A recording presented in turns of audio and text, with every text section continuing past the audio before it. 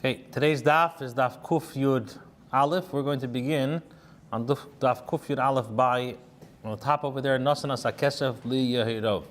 The Mishnah teaches if the robber gave the money to the Kohen B'Mishmar of Yehoyariv, and then gave the Korban Asham to the Kohen's watch, so the following Kohen, who's B'Mishmar, to sacrifice it on his behalf, the halacha is he's fulfilled his obligation.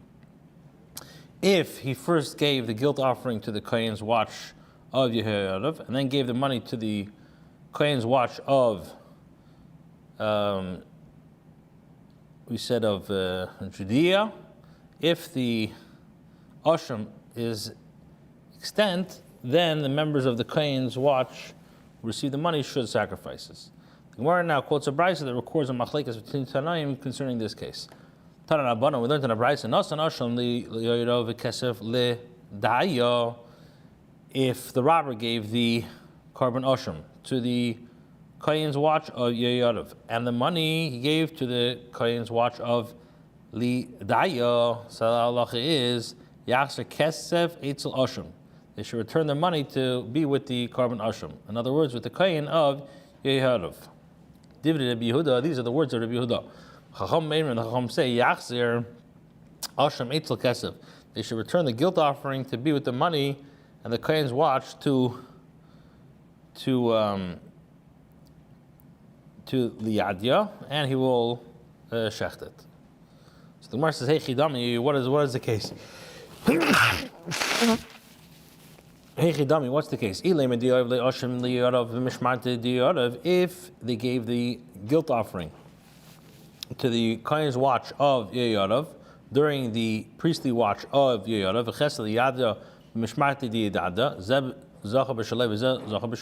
so if they gave it by each one's watch, then this one acquired that which belongs to it, and the one acquired that belongs to it. So why should the Beis Din remove what was given lawfully to each mishmar?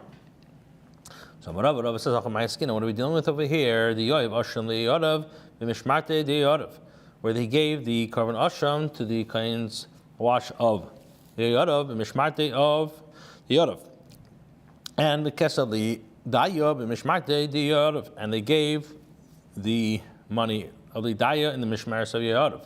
Rabbi Yehuda says, Kivin de la Mishmarte the Daya, since it's not the Mishmar of the Daya, so the Daya consinan late. So then we give the Daya a Kanas, and he has to bring the carbon of the money to the Asham, Rabbanan Savri and the Chacham hold Shaleka Din over Bnei Yehoyariv the Kablu Asham Mikabi Kesef, that Yehoyariv acted unlawfully when they accepted the guilt offering before the robber paid the money.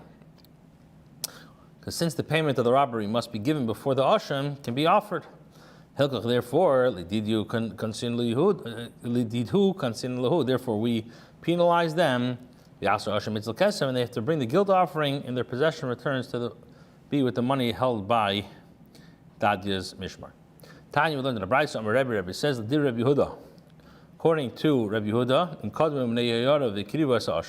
according to the statement of Rabbi Yehuda, that if during Yehoyariv's watch the robber gave the guilt offering to Yehoyariv, so and the money to Dadya's watch, the money should return to the Mishmar of Yehoyariv. So, and in Kadmu b'nei Yehoyariv, if the members of the priestly watch Yehoyariv went first and sacrificed the guilt offerings, then Yachzer v'yavi Asham acher v'yakrivu b'nei Yedaya.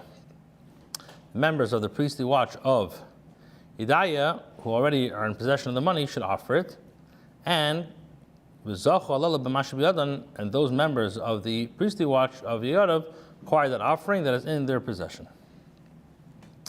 So the Chacham say, Amri, they say, Lamai Chazi, for what purpose is the offering useful? Asham Pasal is a disqualified Korban Asham, since it was sacrificed before the payment of the robbery was given, and had to be entirely burnt on the Mizbeach. Rabbi says, to acquire its hide. Time we learned in a brayso, Rabbi says, Rabbi Yehuda, according to Rabbi Yehuda, Im Kayim Asham, if the guilt offering is still extant, Yachzer Asham Eitzel Kesef, they should bring the guilt offering to be with the money. So the Gemara questions about Rabbi Yehuda, but according to Rabbi Yehuda, Yachzik Kesev Eitz Asham Mislei, they should return the money to be with the guilt offering. So my answer is, what are we dealing with over here? Where it happened that the priestly watch of Yeyadav exited at the close of their service, and they did not demand the money with the Mishmar's watch of Yidadya. Bava Kamah teaches us that the members of the priestly watch could waive their rights to the money in favor of the watch of Yidadya. So they're required to give the ashram to the watch of Yidadya to sacrifice. Tanya Yidach was taught, Rabbi says, the Rabbi Yehuda, according to the statement of Rabbi Yehuda, Im Kayim Ashram, if the guilt offering is extant, Yachzer Kesev Eitz Ashram. So then the money must be returned to the guilt offering. So Pshita, it's obvious. Hacha Islay, this is what Rabbi Yehuda holds explicitly. Well, so what Chiddush did Rabbi Yehuda Nasi teach? So my answer says, Hacha Ma'iskin, when we're dealing over here, the Nafik Mishmartam, the honey. The case where it happened that the priestly watch of these and those exited to the end of their temple service, and they did not demand of the other item in the possession of the other watch. You would say that they waive their rights in favor of each other. Therefore we teach us, since they did not demand the guilt offering, it goes back to the first case. The Mishnah taught, for one who brings a stolen item to the kohen before he brings his guilt offering has fulfilled his obligation. One who brings his ashram before he brings his stolen item has not fulfilled his obligation. From where do we know this? Rabbi says, the pasuk says, it says that the restitution for guilt that is made by Hashem, even the kohen, besides the ram of the atonement, whereby atonement shall be made for him. From here we learn that the money must be returned first before the guilt offering is brought. Okay. Once the Chacham said to Rava, I'm going to ask you a question. It says, besides the burnt offering in the morning, so too should one learn that the additional offerings are brought first before the morning burnt offering. By the time we learned in the Brayso, from where do we know that no carbon shall precede the daily morning offering? The pasuk says, you shall prepare the burnt offering upon it. Rabbi says, the burnt offering, this is the first burnt offering. Rabbi said to him, we learned this out from this pasuk, yet he did not yet atone. If he gave the principal to him but did not give the additional 1/5 payment, his not giving does not preclude karbonis, sacrificing the karbonis. From where do we know that if he brought the carbon, that if he brought his payment for the benefit from misuse of hektish, and but did not bring his guilt offering, or if he brought his guilt offering but did not bring his payment to the benefit of the hektish, of Mila, so where do we know that he did not fulfill his obligation? That's what the pasuk says, with the ram of the guilt offering, and he shall be forgiven. Bryce continues, from where do we know that if he brought his guilt offering before bringing his payment for the benefit of Ashram, that he did not fulfill his obligation? That's what the pasuk says, Be'ela Ashram, with his ram of the guilt offering. So Ashram Mikvar, indicating that the guilt offering was already brought. You would think, just as the ram and guilt offerings are ma'akiv, so to Chemish, Tamalemer, Be'ela Ashram and Isachlei. With the ram of the guilt offerings, he shall be forgiven. Which means that they are ma'akiv, and Chemish ma'akiv, but Chemish does not. The Gemara clarifies, and let the hektish be learned from hediyat, and hediyat from hektish.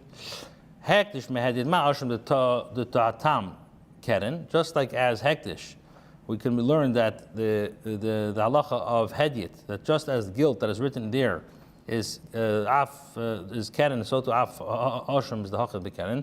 Behediyat mehektish, the ma hektish in chemish ma'akiv, it's not ma'akiv. Af hedinami in chemish ma'akiv had halacha gezel eitzim. We've now concluded our gezel eitzim, and now we're going to begin the last perek on on the next plot of Kufir Aleph, Hagezel Umaychel. Okay, Zog the Mishnah, Hagezel Umaychel es Banov, in the case of one who robs another of food, and Umaychel es Banov, he robs another of food and he feeds it to his children, or he left a stolen item to them and then he died. The children are exempt from paying the victim of the robbery after the father's death. But if the stolen item is something that serves as a legal guarantee of the loan, the Yarshim are obligated to pay. Rabbi Chisda says, if one robbed another, and the owners of the stolen item have not yet despaired of retrieving, and another person came, took it from the robber and ate it, if the owner wishes, he can collect from this one, the first robber. If he wishes, he can collect from the second robber.